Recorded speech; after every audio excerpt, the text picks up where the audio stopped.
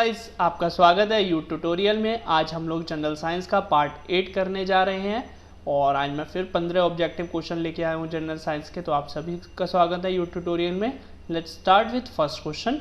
The first question is in the fireworks the green flame is produced because of. ये जो fireworks होता है, ये जो हम पटाखे फोड़ते हैं, इनमें जो ग्रीन फ्लेम आप लोग देखते हैं, जो ग्रीन चिंगारी, हम जिसे हरी चिंगारी कहते हैं, वो किसकी वजह से प्रोड्यूस होती है। देखो, हर कलर के लिए अलग कंपोनेंट का हम यूज़ करते हैं।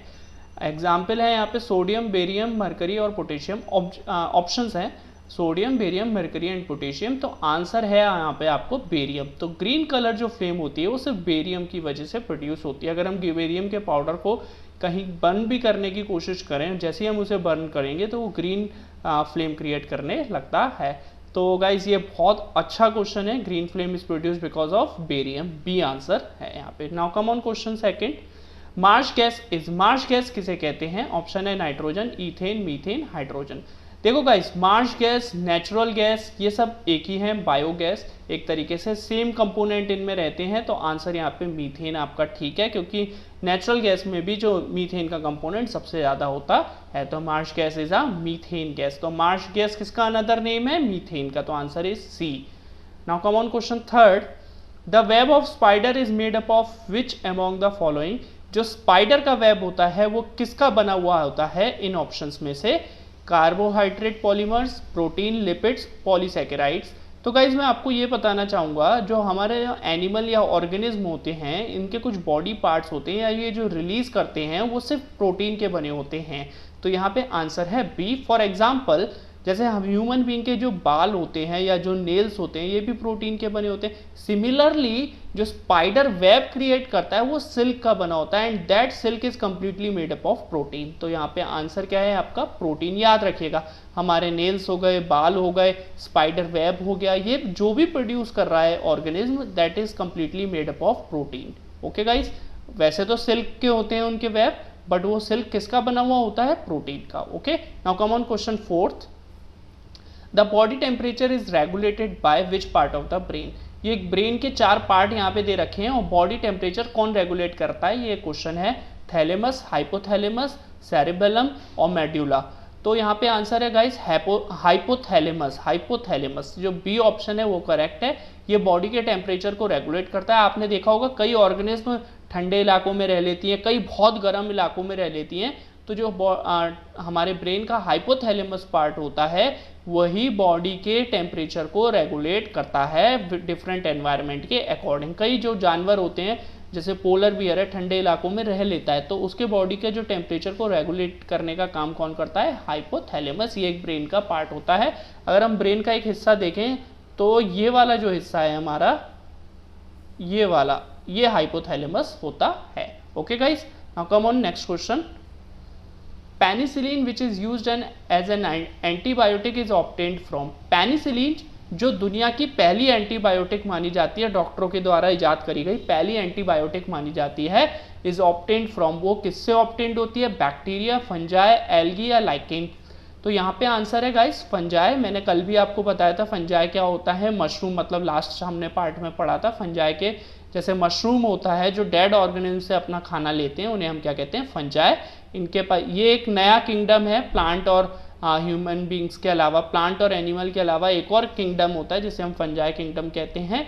ये लोग डेड ऑर्गेनिज्म से अपना खाना लेते हैं, इनके अंदर क्लोरोफिल नहीं होता है। तो जो पेनिसिलिन जो एंटीबायोटिक दवा बनी थी वर्ल्ड में पहली, वो किसके द्वारा बनी गई थी? किसके यूज से बनी थी? फंजाई के। ठीक है, तो पेनिसिलिन क्या है? एंटीबायोटिक, जो डॉक्टरों के द्वारा पहली इजाद करी गई एंटीबायोटिक थी। Now come on question 6। Which one of the following waves are used by the common TV remote control. हाँ, टीवी का जो रिमोट होता है जिससे हम चैनल को चेंज करते हैं, उसमें हम किन वेव्स का यूज़ करते हैं? अगर हम रेडियो वेव्स की बात करें तो रेडियो वेव्स का यूज़ टेलीफोन जो सिग्नल में यूज़ किया जाता है रेडियो वेव्स का, तो यहाँ पे रेडियो वेव्स आंसर नहीं है। Laser is completely different phenomenon, तो लेज़र भी यहाँ पे आंसर नहीं है। अल्ट्रासोनिक वेव्स का यूज़ हम लोग अल्ट्रासाउंड करने या जो मेटल के बीच में गैप आ जाता है या ब्रेकेज आ जाता है उनको देखने में करते हैं।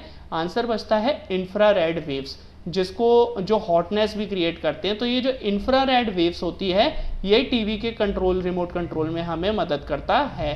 तो सिंपल एसी का रिमोट हो, टीवी का रिमोट हो, या और भी कई तरीके के गाड़ी के रिमोट हो, तो इन सब में ही इंफ्रारेड वेव्स का यूज होता है। तो आंसर इज सी। क्वेश्चन 6 का आंसर क्या है? सी। गाइस क्वेश्चन 7 पे आते हैं। What is question 7? Which polymer is used in making non stick kitchen ware? तो ऑप्शन है नाइलॉन, टेफ्लॉन, पॉलीस्टीरीन, बैकेलाइट। तो आंसर यहाँ पे जो आपका टेफ्लॉन है ये बिल्कुल ठीक है। The polymer which is used in making non stick kitchen ware is Teflon. Polystyrene का भी आजकल हम use non stick kitchen ware बनाने में करते हैं। नायलॉन का यूज़ हम धागों को बनाने में, धागे भी कौन से, रस्सी जो स्पेशली होती है उसको बनाने में या कारपेट बनाने में करते हैं।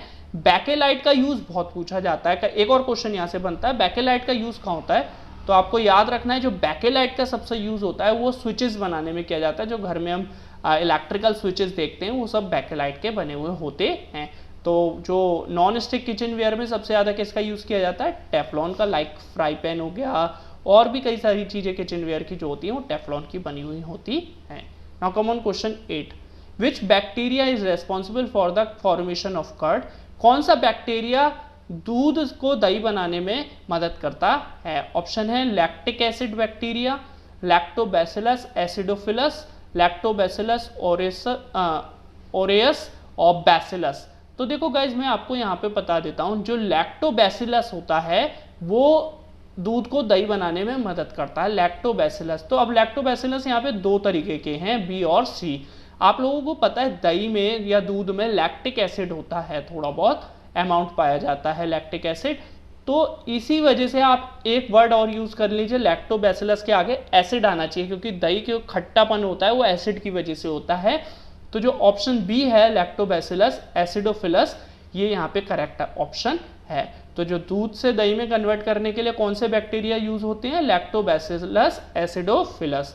ओके गाइस, मतलब अगर हम दही का एक थोड़ा सा अमाउंट किसी दूध में डाल देते हैं तो वो खुद दही में कन्वर्ट हो जाती है।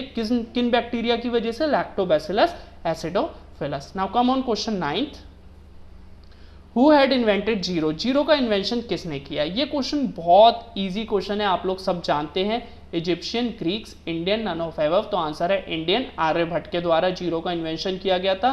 दुनिया में जो मैक्सिमम इन्वेंशंस हैं वो इंडियंस के द्वारा करी जाती हैं, ये आप लोगों को पता है, बट उनका कोई प्रूफ नहीं मिल पाता, जिसकी वजह से जो फॉरेनर्स हैं या जो डिफरेंट कंट्रीज़ के लोग हैं वो उनको अपना बताने लगते हैं। बट जो जीरो का इन्वेंशन है वो इंडियंस के थ्रू हुआ था, आर्यभट्ट के द्वारा। Now come on question 10। Now guys question 10 पे आते हैं। The velocity of light was first measured by? जो स्पीड ऑफ लाइट थी उसको, या वेलोसिटी ऑफ लाइट थी उसको सबसे पहले किसने मेजर करा? ऑप्शन है Romer, Thomas Alva Edison, James Watt, Faraday.